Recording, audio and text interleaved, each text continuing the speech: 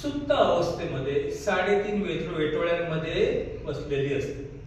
तर आपण ही शक्ती आज इकडे जागृत करणार आणि स्थान पण बघा आपल्याला श्री रामदास स्वामी संस्थान सज्जनगडांचे जे 11 मारुती आहेत त्यातल्या एका मारुती जवळ आपण बसलो आहोत सर्व। तर एक हा सुंदर योग आहे, तर आपण सर्वांनी या योगाचा फायदा घ्यायचा। ओके, तर आपल्याला समजलंय आपला डावा हात स्थिर ठेवणार असा उघडा आणि आपल्या उजव्या हाताने 3 प्रार्थना करणार। पहिली प्रार्थना हृदयावर हात, दुसरी प्रार्थना कपाळावर हात, डोकं थोडं खाली झुकवायचं आणि तिसरी प्रार्थना टाळू भागावरती घड्याळाच्या दिशेने काट्याच्या दिशेने 7 वेळा गोलाकार फिरवून आपण तिसरी प्रार्थना पूर्ण करणार।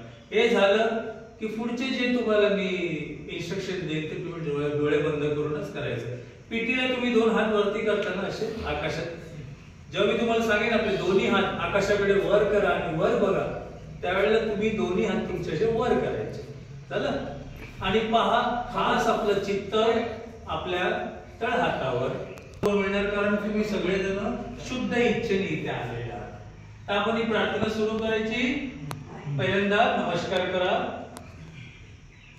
हा सहजयोग 140 देशांमध्ये विनामूल्य चालतो आणि याचे जनक आहेत परमपूज्य श्री माताजी निर्मला देवी।